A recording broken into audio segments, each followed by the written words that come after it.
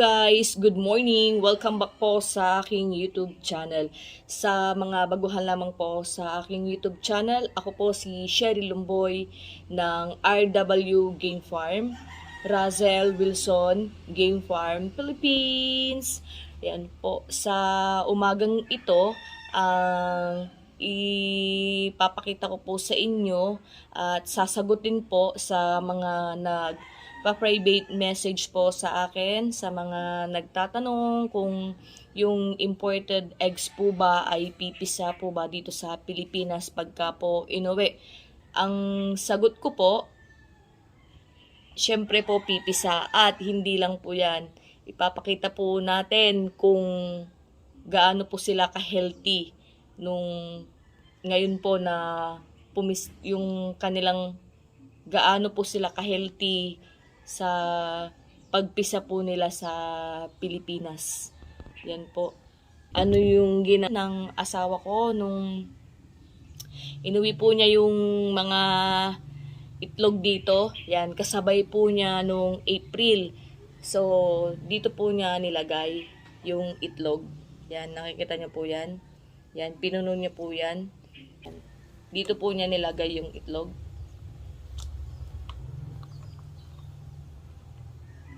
Yan. Ganyan po. Nilagay po niya. At nilagay po niya yan sa maleta. Yan. Talagang hinan-carry po niya yan. So, ingat na ingat. Kailangan hindi sobrang maalog. Tatanungin niyo po kung paano po yung ginawa namin. Pagdating po nung itlog dito sa farm, dito po sa Pilipinas, yan, tinanggal po namin siya sa maleta, dun sa kinalalagyan niya. Tapos po, ito po yung sa tray niya, kinalas din po namin siya dito. Tinanggal po namin tagi-isa, nilipat po namin sa tray dito na ginagamit namin. Tapos po, kinabukasan namin isinalang kasabay ng mga itlog na na-harvest ko dito sa farm para po sabay-sabay po silang pumisa. Kaya po, kung makikita po ninyo at mamaya-maya lang po, ipapakita ko po sila, makikita po ninyo na halo-halo po yun. Meron po ditong itlog na nanggaling sa farm and the rest, yung dala po ni asawa ko na itlog galing po sa Amerika. Yun po, pumisa po siya. Nasa siguro po nasa pagdadala lang po ng itlog kung paano nyo po i-handle. Yan, hindi po pwedeng masyadong nasi-shake yung itlog. Tapos po, dapat hindi po siya masyadong matagal na na-harvest doon sa ibang bansa bago po dalhin dito sa Pilipinas. Parang ganun din po yung storage po niya dito po sa Pilipinas. Ang pinakamatagal pag wala po siya sa chiller is 7 days. Pero pag nasa chiller, pwede naman po siya sa 2 weeks. Yan, dahil na-try ko na po yan. Pagka po nasa chiller, kahit 2 weeks po siya, pwede pa po siya at pipisa po siya. So, kung tatanungin nyo rin po kung pumisa po ba lahat yung itlog na dala-dala ng asawa ko, meron po siyang hindi pumisang dalawa po sa kanyang dala. Yan. Pangalawang dala niya na rin po dito ng itlog. Yan. Kaya po sobrang happy kasi healthy din po sila. Yan. Makikita po natin sila mamaya. Ipapakita ko. Samahan niyo po ako. So, yun lang po sa mga nagtanong kung pipisa po yung imported itlog pagdating po sa Pilipinas. Yes po. Basta po yung sabi ko po, hindi po siya matagal na nakatenga sa pinanggalingan po niya. Hindi po siya matagal na na-stocks. Kumbaga, yun, hindi po siya masyadong naaalog. Yun po Tapos, importante din po yung hindi po siya masyadong naiinitan. Dahil pagka po nainitan, may tendency hindi magtutuloy. Siyempre, nainitan na po yan. So, Yun, samahan niyo po ako. Pero bago po ang lahat, gusto ko lang pong i-shout out. Yan, gusto ko lang pong mag-shout out kay Ma'am Nanet from Marinduque, Sir Nilson Sabolarse, Sir Cesar Ivaristo na palaging nanonood. Thank you sir sa araw-araw na videong ina-upload ko. Palagi po kayong nakasuporta. Sir Cesar Ivaristo ng Korea. Kay Sir Melfi Borga, yan, nanonood din sa atin si Sir Melfi na nagbablog din po at pasubscribe na rin po kay Sir Melfi Borga. Yan, kay Katuka. Tapos kay Sir Edna Ridon, kay Sir Reggie Jornada ng Saudi Boy, sabi niya ganun. Tapos kay Sir Jeffoy ng Tondo, Manila. Sir Felix Kataytay from Cebu. Hello po. Sir Ronnie Season. Yan, shout out po. Pasensya na po sa medyo dumadaan-daan na tricycle, medyo maingay. Ayan, dahil nandito po ako sa harap ng farm. Medyo may mga dumadaan na mga tricycle. Yan po. So, wag na po nating patagalin. Gusto niyo na po bang makita yung mga itlog, dating itlog ngayon, baby stag na po sila at baby pullets na po sila. Ayan, so samahan niyo po ako. Tara, tignan po natin. Ito na po sila ngayon. Samahan niyo po ako para makita niyo po bago ko po sila ilagay sa hardening pen. Yan, baka bukas o makalawa yan. Pupurgayin namin sila tag isa-isa tapos paliliguhan. Sabay ilalagay na rin namin sila sa hardening pen. Yan, ganito na po sila kalalaki ngayon. Yan, malalaki na po sila.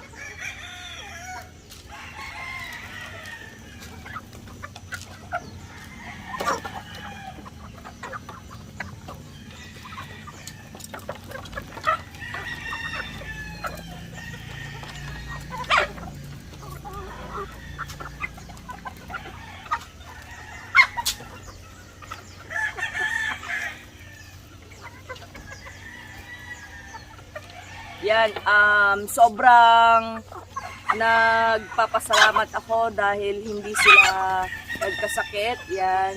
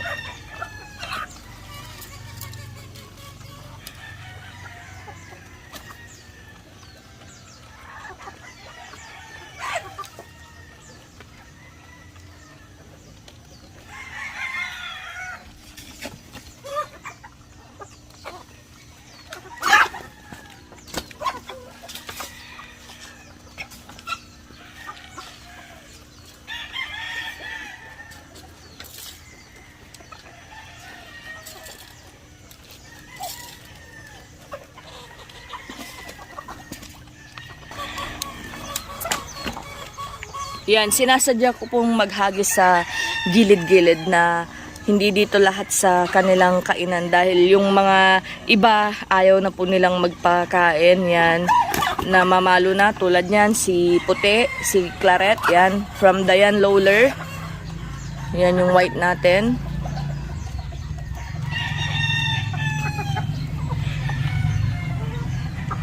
So ito na po yung itlog na inuwi ni Boss Russell from America. Yan. Tapos yung papisa ko din nandito.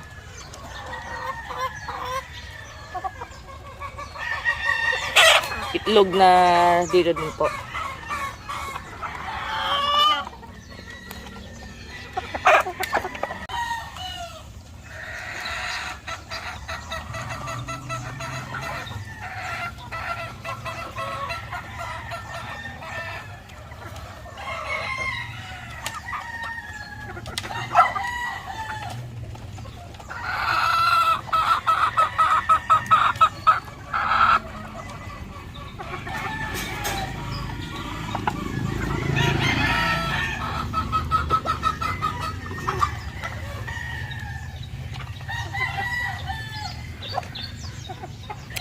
So natatakot na yung mga iba, kailangan na talaga na mahuli.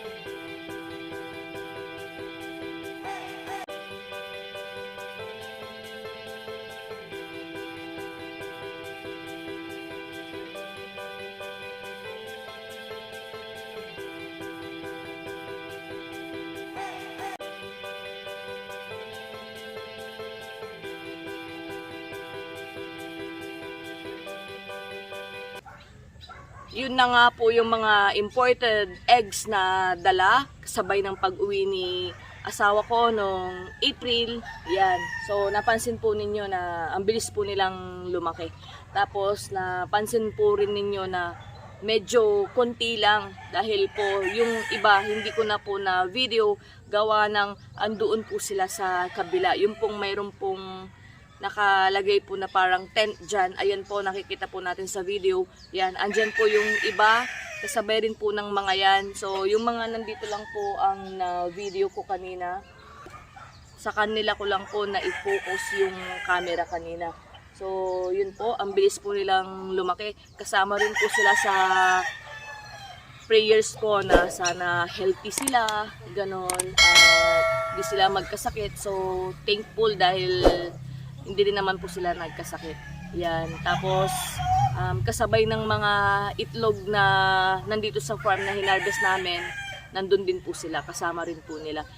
Baka po bukas makalawa, i-harvest na rin po sila para po mailagay na rin po sila sa hardening pen para po sa mga ibang mga may iwan dito, yung mga hindi pa po nangahabol, yung mga nangahabol, i-separate na po natin para ilagay na po sa hardening. Ipupurga po sila, sabay po paligo at bibigyan po sila ng vitamins.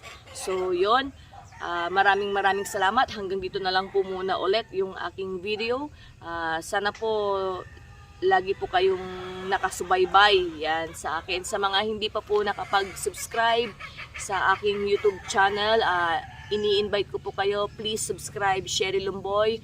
At huwag niyo rin po sana kalimutang pindutin yung notification bell button para ma-notify at updated po kayo sa lahat ng video na i-upload ko. At huwag niyo rin pong kalimutang i-like and i-share po yung aking mga videos. Shoutout po sa inyong lahat. Sa mga gusto pong magpa-shoutout, pwede po kayong mag-comment sa baba para po ma-shoutout ko po kayo sa next na vlog ko. Shoutout din po sa asawa ko, kay Boss Russell Wilson na nandyan sa RW Game Farm USA. Yan, andyan siya sa farm palagi. Tuwing tatawag ako, andyan siya sa farm. Papasok lang sa bahay pagka po mainit na. Yan, dahil hindi rin po siya sanay sa mainit katulad ko. Yan, so maraming salamat sa inyong lahat. Hanggang sa susunod, ingat po kayo. Bye-bye po and God bless.